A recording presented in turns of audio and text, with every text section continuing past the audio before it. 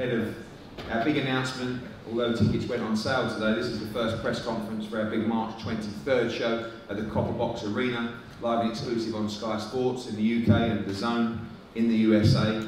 Coming off the back of a great night, but a disappointing night at the O2 Arena. You know, we talk about this new era of stars coming through in British boxing now. One of those stepped up on Saturday night, wasn't good enough, might not have been ready, took the challenge, came up short against a very good champion in Sergio Garcia.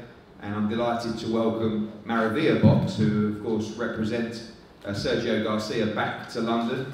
Hopefully this time, not with the victory, but with Angel-Moreno challenging Charlie Edwards for his WBC flyweight title. It's a packed card of obviously a World Championship title defence, 3 British title fights as well, professional debuts, young prospects as well. And before I talk about the fights on the card and hear from all the fighters up here, I'm going to pass over to our exclusive UK TV partner, Adam Smith, head of boxing for Sky Sports. Thanks very much, Eddie. I agree, the night at the O2 wasn't quite what we wanted, but listen, how brave was Ted Cheeseman, and what a find in Sergio Garcia, terrific performance. Great bill as well, with the likes of Lawrence Okolie coming back to action. It was great to see, and all those head-to-heads. What a fantastic card this is on March the 23rd at the Copper Box. It really is a stellar night. You know, we've got the one in Liverpool the week after, which is fantastic up on Merseyside, but I think this has got something for absolutely everybody. Terrific to see Charlie Edwards defending his world title for the first time against Angel-Moreno. Charlie, what a brilliant story. Showed that if you fail once, you can come back, you can rebuild, you can believe. The passion he's shown, the emotional scenes afterwards in the ring were incredible. And then he joined us on our telecast on Saturday night, and he did very, very well. It was a refreshing change to have someone alongside us, a new young fighter. It was great, and I thought you did brilliantly, Charlie. Well done with that. Now back to the gym and get on with what you do better than we will. Be fantastic. Great to see you there. See defence world title, terrific British titles, as Eddie's saying. You know, we'll step up for Joshua Buatsi against Conroy. Very excited to see how JB gets on there. Lawrence Okolie back again. Great to see him back so quickly against Buatsi-Camacho. It's going to be a really good fun build up there, and hopefully a great night. Lewis Ritson, who's not with us today, I think he's sparring out in the States, but Lewis, I mean, terrific value for money every single time. He's got to prove himself again after not quite making it at European level, but he's got a very exciting fight against Andy Talley, and that should be all action. So yeah, Eddie, I think it is honestly a really, really good show. Well done for putting it together. Thanks, Adam. A late addition to the show, if you like, although we're still some weeks out. The professional debut of Shannon Courtenay. Shannon, your first professional press conference. Yep. We know obviously you linked up with Adam Booth. Yep. You've had a fantastic amateur career and ready now for your debut on March 23rd. Yeah, I'm more ready. I think there's been a lot of people asking when my debut's going to be, and I'm just ready to put on a good show, really. Obviously, women's boxing right now, I remember following you on social media for a long time. You've been a big campaigner of women's boxing, but during that period, over the last couple of years, the game has changed completely. Completely changed. It's getting bigger and bigger. That's why I've turned professional now, because it's only right that I strike whilst the iron's hot, and I'm ready to put my own name out there, not just in women's professional boxing, but in professional boxing in general. I want to make a big name for myself. And obviously, some real super fights out there right now. Shields against Hammer, Katie Taylor's fighting Volante. Really big fights all across the divisions now available to women's fighters. And hopefully that'll be me soon as well. We'll look forward to it. Professional debut on March 23rd. And we're going to start with a brilliant fight, British and Commonwealth Cruiserweight Championship fight. Okolie-Camacho, he just won't go away. I mean, we've done so many fights with him over the years. He's always been brilliant to work with. We've seen him in prize fights. We saw him in that epic fight with Isaac Chamberlain as well. He just continuously improves, continuously keeps carving out opportunities for himself, and now sits with an opportunity to not just win the British title, but to beat a top 10 ranked fighter in the world in Lawrence Okolie. Waddy, you have truly grafted yourself to this position, and now March 23rd, you go and try and do it again against Lawrence Okolie. Good afternoon, everyone. Yeah, most definitely. Like I said, the mind is very powerful, and the main thing as well, you know, I used to do things a lot all by myself, but now I've got a great team around me that pushed me, and I truly believe in myself. I was talking to Ricky Burns yesterday, and I put John Ryder in the same position. That at times it looked like their careers was over. Are you a believer in just hanging in there, keep grafting away, and the opportunities will come? Because you see a lot of fighters almost have that rebirth, that second wind in a career, and I think that's happening to you as well. Yeah, probably most definitely. But at the same time, you know, for me doing it for myself, and me now having a team around me, that I just feel like I've been reborn since my last 2 fights. And whoever was there watching it, all you see is just a little glimpse, but I'm just improving. And you know, in this next fight, March 23rd, everyone will probably get to see another win. There's been a lot of talk on social media and stuff like that. How do you assess your opponent, Lawrence Okolie? Obviously, he's had some devastating performances. He's had some, I guess, what the fans would describe as some below-par performances as well. But you know, 11 fights in, obviously achieved a lot in a short space of time. Oh yeah, 100%. You know, you have to give him props. You know? Like I said, he's come from GB, and obviously he's had 10 fights or 11, and he's picked up all these belts. Some fights hasn't been good, but you know, I'm not there to pay attention to what he does. It's all about me. Like I said, everyone knows I'm an awkward fighter. It's most special as well. Everyone knows that I'm an entertaining fighter. I've never been in a dull fight, and I'll give it all. And finally, what's the difference in this fight? You know, he has a good amateur pedigree, he has great power as well. Is it your doggedness? Is it your experience that will be the difference in this fight? Your heart? How do you beat Lawrence Okolie on March 23rd?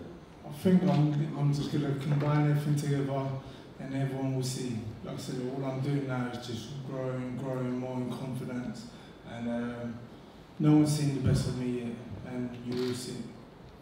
Thanks, Waddy. Lawrence, fresh off a victory on Saturday night, you have got one of the maddest new trainers I've ever seen. I've never heard anything quite like it in the corner. But you're enjoying working with him, and you looked much better on your feet, much more composed on Saturday. Admittedly, it was a step down from the Matty Askin fight, but feeling good and a big opportunity to get straight back out there. Yeah, no, definitely.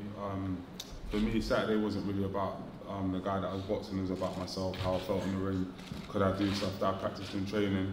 And I was able to do a few of those things. And I just look forward to doing the same again in March. Obviously, like I said, there's been talk, but Waddy, one of the few domestic guys that was willing to step up, obviously has a Commonwealth belt as well. You won that belt previously as well. So we know there's a little bit of bad blood, but also respect that he's taken this opportunity against you and fancies the job. Yeah, no, it's good that he took the fight, but him along with most of the people in the weight class in Britain just like to talk online, and it is obviously frustrating for me. And on March, obviously, I will demonstrate to him and to all of the other cruiserweights in Britain what I'm about.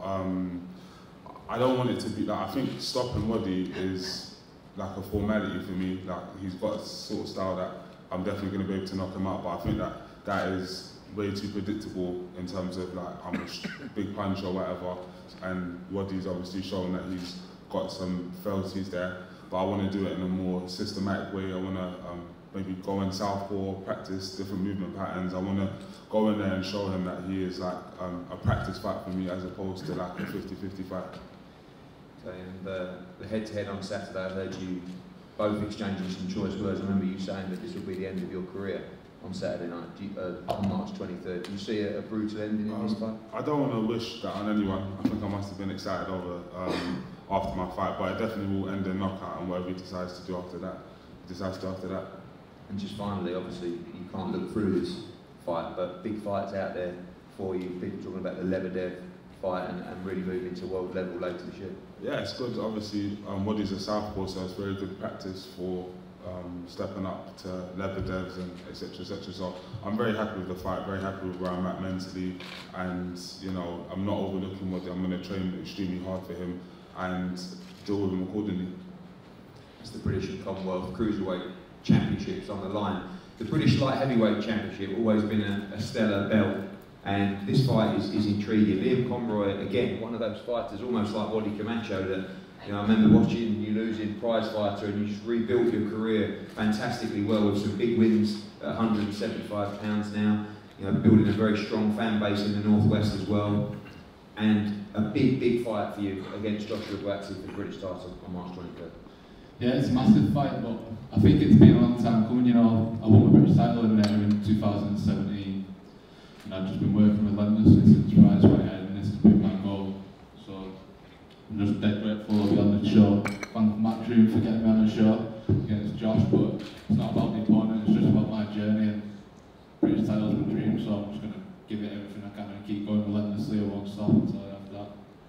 Obviously, it was a fight ordered by the British Boxing Board of Control, but you didn't have to take the fight. But the deal was quite straightforward, and thanks to MTK, it showed really your desire to take this fight, where many have turned away from this fight previously. Yeah, like I said, it wasn't about the opponent, it was about the title. I think no matter who it was, I would have took it. People seem to be thinking I've been given something here, being in this fight, but I haven't been given anything. I've kicked down these doors and I've made myself a mandatory challenger for the British title.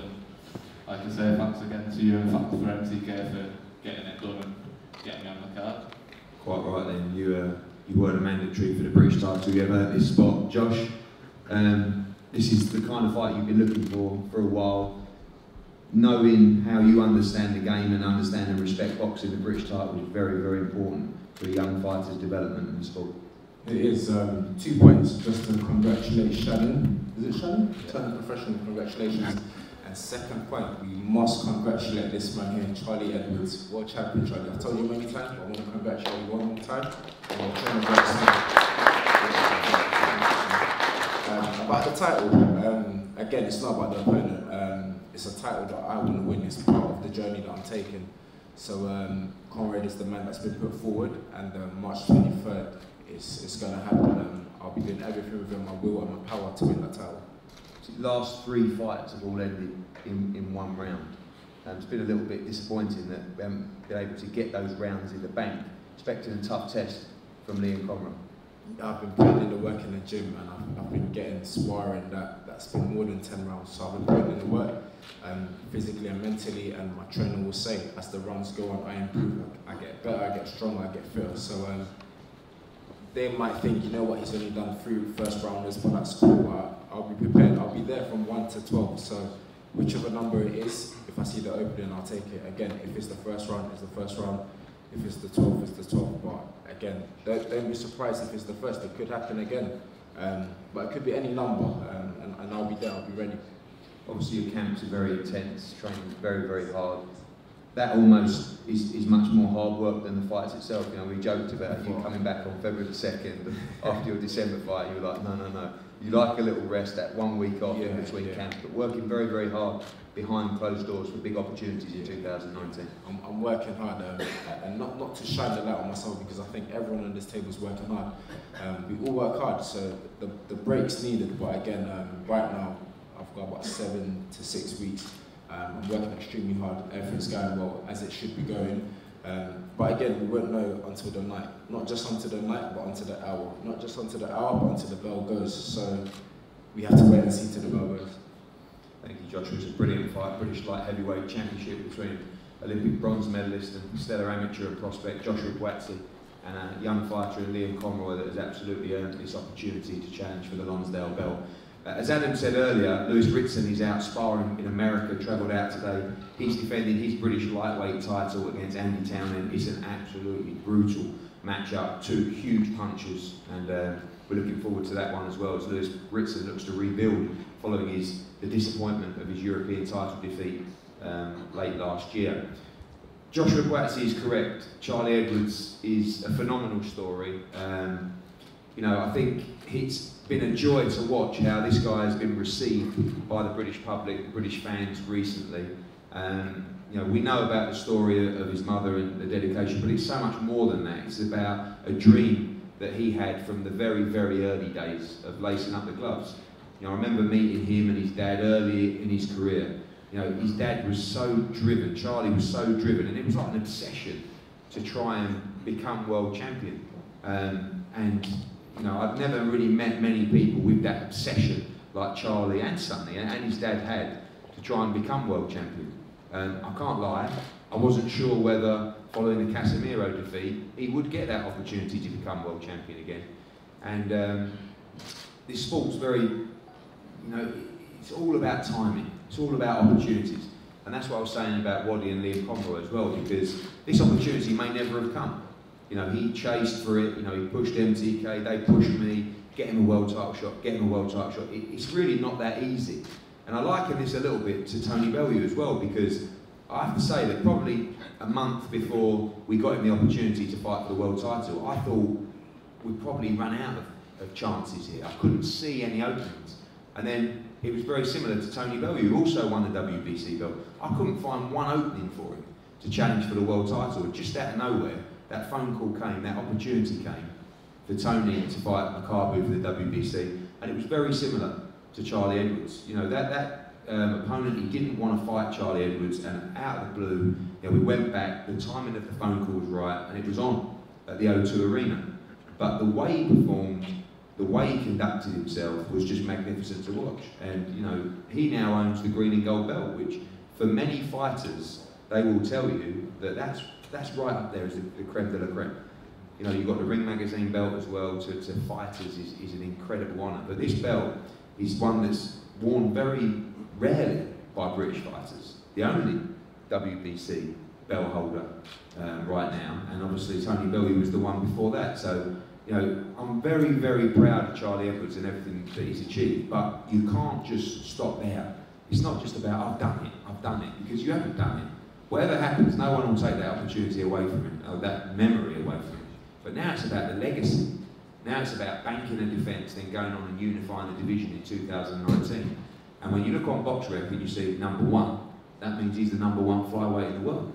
And I think the confidence that he will get from that will take him to another level in terms of his performances. And Grant Smith and those guys, and I also believe that you can't achieve anything in this sport without the right team of people behind you. It's impossible. It's a lonely sport. You've got to be guided right from the gym, you know, in terms of your career, to the TV companies, everything. And the job that Grant has done with Charlie has been sensational. And to see those two, after the fight, embrace, go to their knees, cry, this is what it's all about. You know, because I know everybody talks about TV deals and money, but you can't take those moments away forever. You know, and to see him achieve that was very, very, very. I mean, he's now my old man's favourite new fighter. Sam Egginton's been given the boot, unless he beats Liam Smith, and Charlie's right up there, because we love the underdog story. And you know, you go from 4 months ago, really can't find an opportunity, to sitting here now as a #1 in his division. So now we've got to make the most of that. And first up is Okolie-Moreno. As I said, his stablemate, Sergio Garcia, upset the odds, I guess, a little bit on Saturday night, defended his belt so well. Actually, this fight was made about an hour before doors opened on Saturday night, and I made it with Sergio Martinez. They fancied this fight as well. They fancied the Sergio Garcia fight. Okolie-Moreno has 2 defeats on his record. One is a disputed loss, defending his European title, and the other one is on points to the current WBA champion of the world at flyweight as well. This is a very, very tough fight. These two have shared the ring before in sparring. Firstly, Angel, welcome. A big opportunity for you to fight for the world title in March.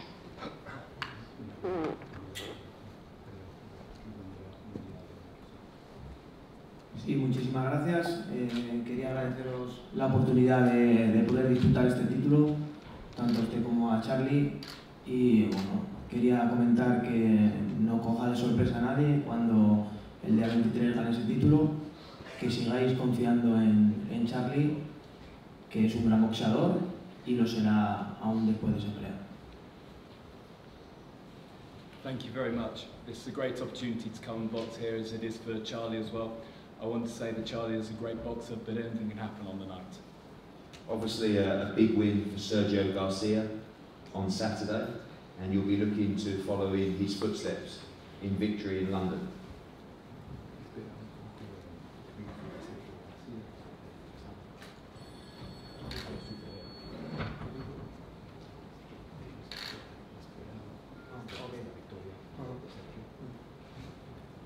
Bueno, la victoria de Sergio no es ninguna sorpresa, es algo que tenía que pasar. Creo que Sergio es bastante mejor boxeador y su victoria ha sido muy merecida. O sea, yo tenía total confianza a que terminara el combate ganando. I don't think that Sergio's win was any surprise. He's a great boxer and he deserved the victory, and I'll certainly look to take inspiration from that. Well, it was a surprise to us. And also I want to say, these two, I know you've got a younger brother. His son is younger than you? Yeah, He's not your older brother, is he? You've got brothers. I'm going to start with Grant. Grant, it was an amazing night, December 22nd, and not just one that will live with Charlie forever, but one that will live with you as well, training your first world champion. Oh, it was a brilliant night. Well, first world champion on a big scene like that, absolutely brilliant. I knew how much that meant to Charlie and his whole team. It was so emotional for us all, and we still speak about it now. We're still speaking about it other day. It was just absolutely brilliant for us all. I knew he could do that. I knew he could do that. A real pro. I mean, I saw him yesterday. You know, he's not shy in taking his shirt off, and in incredible condition already. I mean, someone who really, really lives the life in the program. Yeah, obviously straight after the fight we got back 23rd, so obviously it was Christmas. So he had his Christmas back down with his mum and some family. Then straight back up. So week and a half off, straight back in. Grant, when's gym back open? Bearing in mind I was working Christmas Day in gym, so I ain't had no break. So he's like, oh, can I come straight back? So he bumped straight back in gym, training. First day, straight after Christmas, straight back in gym and back on it. Oh, I'm running, I'm doing this, so you just can't keep him out of the gym. Obviously, with fighters, once they achieve their dream, sometimes they give so much soul to that moment that they can let it fall away, or they can let it fall off the gas. Darren Barker is a great example. I remember when he beat Daniel Gill, it was everything. And after that, I always say he lost a little bit of his soul on that night to Daniel Gill, because he wasn't really the same fighter after that, didn't really have the same desire. How important is it to make sure, or you're just confident in Charlie Edwards, that he has that desire to go on, not to dine out on December 22nd, but to push on and really solidify his legacy in the sport? Charlie's got a lot of desire already, but like, to keep the fire burning, what do? Add fuel. And I can just put little bits into him, I can just set certain little things and then poof, back up. But you don't need to do that. Charlie's got that. But I know what I could have to do if I had to do that, but he's none of that anyway, he's got that desire anyway.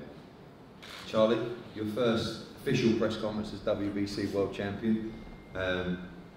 You're looking $1 million these days. On TV on Saturday, you spoke so well, you're looking like a real star. What's changed in your life since December 22nd? Obviously you're a lot happier, but how do you feel right now as compared to obviously August, September of last year? Well, first and foremost, I want to say a big thank you to you, Eddie, for believing in me. A big thank you to Adam Smith for, first of all, letting me headline my own show. This is a dream come true in itself. And not only that, I'm headlining my own show, but I've got some great fighters and great former teammates on the GB team who's on the card as well. So I feel really lucky and I feel blessed. It's been a lot of hard work to get here, but it's a dream come true. And you said about if the fight dies down a little bit, I want to be a British great, and to be a British great, I want to be a multi-weight world champion. And this new book, it starts now.